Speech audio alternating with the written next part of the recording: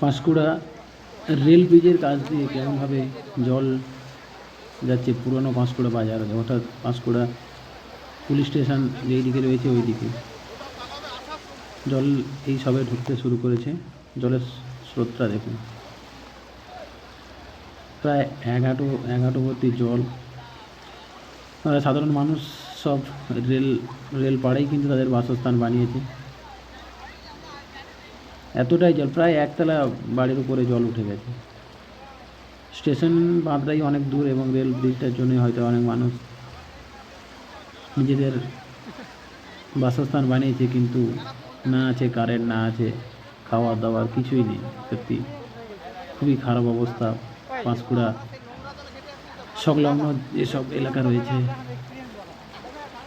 তাই সবাই প্রার্থনা করো যাতে খুব তাড়াতাড়ি জলটা কমে যায় এবং এইখানকার মানুষ খুব তাড়াতাড়ি সাধারণভাবে সাধারণ জীবনযাপনে ফিরে যেতে পারে।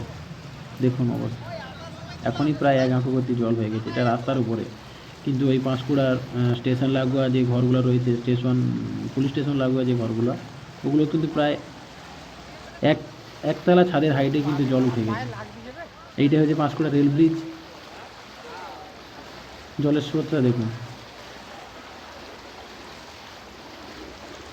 খুবই খুবই খারাপ অবস্থা। এটা রেল গেট, তাই তো?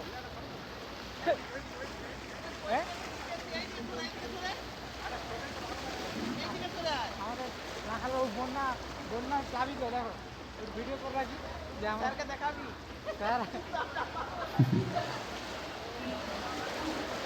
জলের স্রোতটা সত্যি।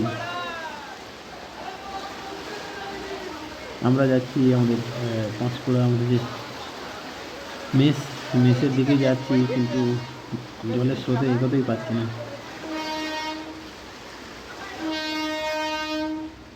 সবাই প্রার্থনা করুন যাতে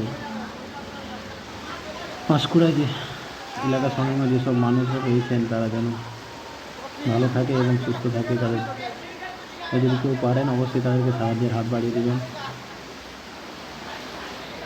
খুবই খুবই করুণ দশা হয়েছে।